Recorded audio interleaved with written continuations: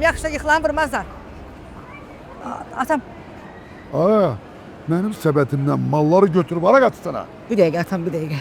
Verirəm. Gəl atam, gəl. Deyəm də obusunu da verirəm, deyəm. Deyəm, bu da buradadır.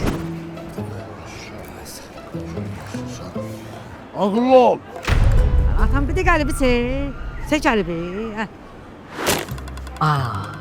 Sen.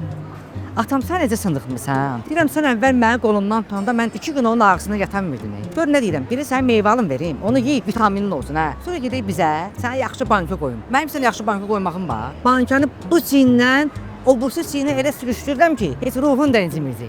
Gedək. Bu dəqiqə səni aradıma getir, o başından bu başına elə sürüşdürərəm ki, ruhun da inciyəcək, cismin də. Doğruda atam nə yaxşı olar. Hə, heç sən bilmirsən? Düz 1000-dən çox məhsula 75% qədər endirim var.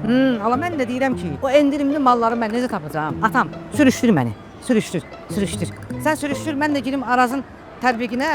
Orada cırtdan oyun oynayım, özümə hədiyyələr qazanım. Sürüşdür atam, getdik.